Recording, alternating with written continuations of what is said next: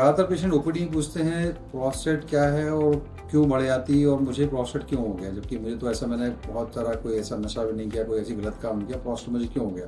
तो प्रोस्टेट एक वॉलेंट like gland होती है जो पेशाब के रास्ते में होती है और पेशाब के रास्ते को ऐसे दवा देती है जिससे कारण से यूरिन के सिम्टम आते हैं, जिससे हम BPH या प्रोस्टेट कहते हैं। तो प्रोस्टेट की बीमारी के बारे में अपना चर्चा करेंगे और उसको एक नई टेक्निक आई जिससे कि अपन उसको पूरी तरह ठीक कर सकते हैं और बिना किसी कॉम्प्लिकेशन के।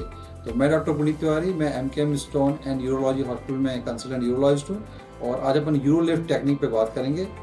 पहले अपन जानते हैं प्रोस्टेट क्या होती है। प्रोस्टेट एक जो साइड में जैसे बताया कि वो रास्ते को, यूरिन का रास्ता जो खोखला होता है उसको ब्लॉक कर देती है, जिससे उस कारण से जो यूरिन का पैसेज, यूरिन का फ्लो पुअर हो जाता है, स्लो हो जाता है, बार बार यूरिन जाना पड़ता है क्योंकि ब्लैडर खाली नहीं होता है, बहुत तेज यूरिन लगे तो आप रोक नहीं पाते क्योंकि ब्लैडर इतना जोर से पंप करता है कि आपको कंट्रोल नहीं होता, वो पहुँचते पहुँचते यूरिन लीक हो जाती है, धार पतली जाती है, रात में कई बार उठना पड़ता है और फोर्स कम रहता है और करने में टाइम भी लगता है। ये सिम्टम अगर आपको आ रहे हो और आपकी एज 40 से ज़्यादा है तो आपको तुरंत यूरोलॉजिस्ट से कंसल्ट करना चाहिए। पहले जब भी ऐसे पेशेंट के सिम्टम आते हैं हम कुछ बेसिक जांच करा के, जैसे मैंने अपने लास्ट वीडियो में बताया था, उसके बाद हम डायग्नोज करते हैं कि इनको प्रोस्टेट की समस्या है।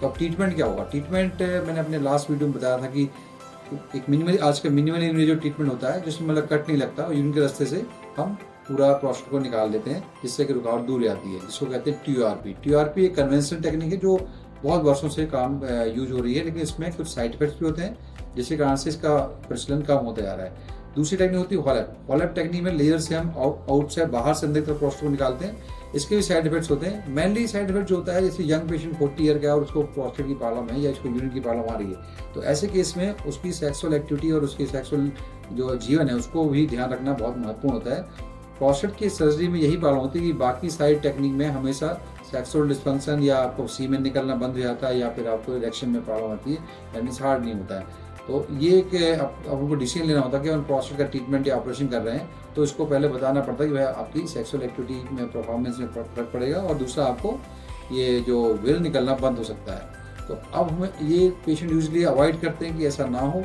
और हम भी चाहते हैं एज ए डॉक्टर कि पेशेंट को इससे प्रॉब्लम ना हो। उसका एक सॉल्यूशन जो अब आया है लेटेस्ट, कहते हैं यूरोलिफ्ट सिस्टम, जो इंडिया में अब लॉन्च हुआ है।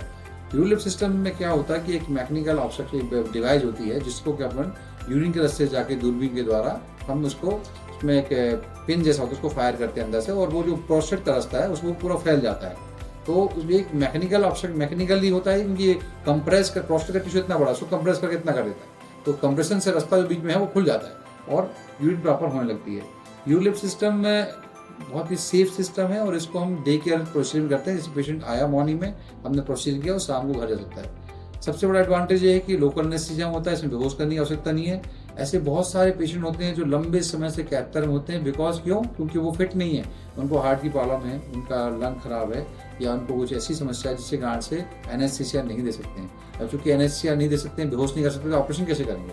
तो TURP, हॉलैप, थुलैप जो टेक्निक है उन सब में पेशेंट को हाफ स्पाइनल एनेस्थीसिया बेहोश करना पड़ता है, तो वो फिट नहीं होने की वजह से लंबे समय तक कैथेटर पर रहते हैं, यूरिन प्रॉपर पास नहीं हो रही, उनके लिए ये टेक्निक वरदान है। और इसमें डे केयर सर्जरी होती है तो कोई प्रॉब्लम नहीं होती है, इसमें एडमिशन नहीं लगता है और एक मैकेनिकली रूप से खुलती है, इसलिए इसमें ब्लीडिंग और इन्फेक्शन संभावना कम होती है। तो बहुत फास्ट रिकवरी होती है, नेक्स्ट डे या 2 दिन में आप नॉर्मल अपनी एक्टिविटी कर सकते हैं। अस्पताल में कम से कम रहना पड़ता है। ब्लीडिंग नहीं होती क्योंकि इसमें कोई कटिंग नहीं होती, कोई एब्लेशन नहीं होता, कहीं आप कुछ किसी को डैमेज नहीं कर रहे हैं, एक चूँकि मैकेनिकली इसको रोक खोल रहा है, इसलिए इसमें आपको ब्लीडिंग वगैरह नहीं होती और रिकवरी बहुत फास्ट हो जाती है। सबसे इंपॉर्टेंट है जो कैथेटर डालते हैं यूरिन के रास्ते, वो कैथेटर लगभग 3 से 5 दिन रहता है। अगर चाहे थ्रूलियम करें या अपन वॉल्यूम यूज करें या अपन नॉर्मल TURP करें तो उसमें कई कैथेटर रखना पड़ता है, लेकिन इस अकेली टेक्निक है जिसमें कैथेटर की आवश्यकता नहीं पड़ती, शाम को बिना कैथेटर के भी घर जा सकते हैं। तो रिकवरी के हिसाब से ये बेस्ट टेक्निक है और जो पेशेंट फिट नहीं है इससे उनके लिए बेस्ट है। और तीसरा, इसमें कॉम्प्लिकेशन मिनिमम है। और सबसे इंपॉर्टेंट जो महत्वपूर्ण पॉइंट जो मैंने पहले बोला था, आपकी सेक्सुअल एक्टिविटी या इजैकुलेशन की पावर या आपको इरेक्शन की प्रॉब्लम बिल्कुल नहीं आती। तो ये बोला जाए कि आपको सेक्सुअल लाइफ प्रिजर्व करनी है और आपको प्रोस्टेट का ट्रीटमेंट करना, तो यूरोलिफ्ट बेस्ट ऑप्शन है। क्योंकि लोग कहते हैं इससे पहला मेनोपॉज होता है कि आप 45 के बाद मेनोपॉज होता है और पीरियड्स आने बंद हो जाते हैं और उनकी सेक्सुअलिटी कम हो जाती है। लेकिन पुरुषों में एंड्रोपॉज बहुत लेट आता है और सर्टेन नहीं किस टाइम पे आएगा, तो उस केस में वो लंबे समय तक सेक्सुअली एक्टिव रहता है और प्रोस्टेट सर्जरी से उनकी सेक्सुअल एक्टिविटी या इरेक्शन में प्रभाव पड़ता है। उसका जो आंसर है वो है यूरोलिफ्ट। इसमें आपका इजैकुलेशन और सब कुछ मेंटेन रहता है और आप एक स्वस्थ नॉर्मल जीवन बिता सकते हैं जो कि आप प्रोस्टेट के साथ नहीं बिता पा रहे हैं। Thank you very much. धन्यवाद।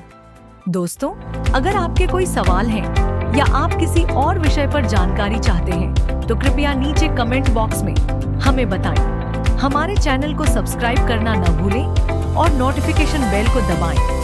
MKM हॉस्पिटल से जुड़े रहने के लिए और अधिक जानकारी के लिए हमें फॉलो करें।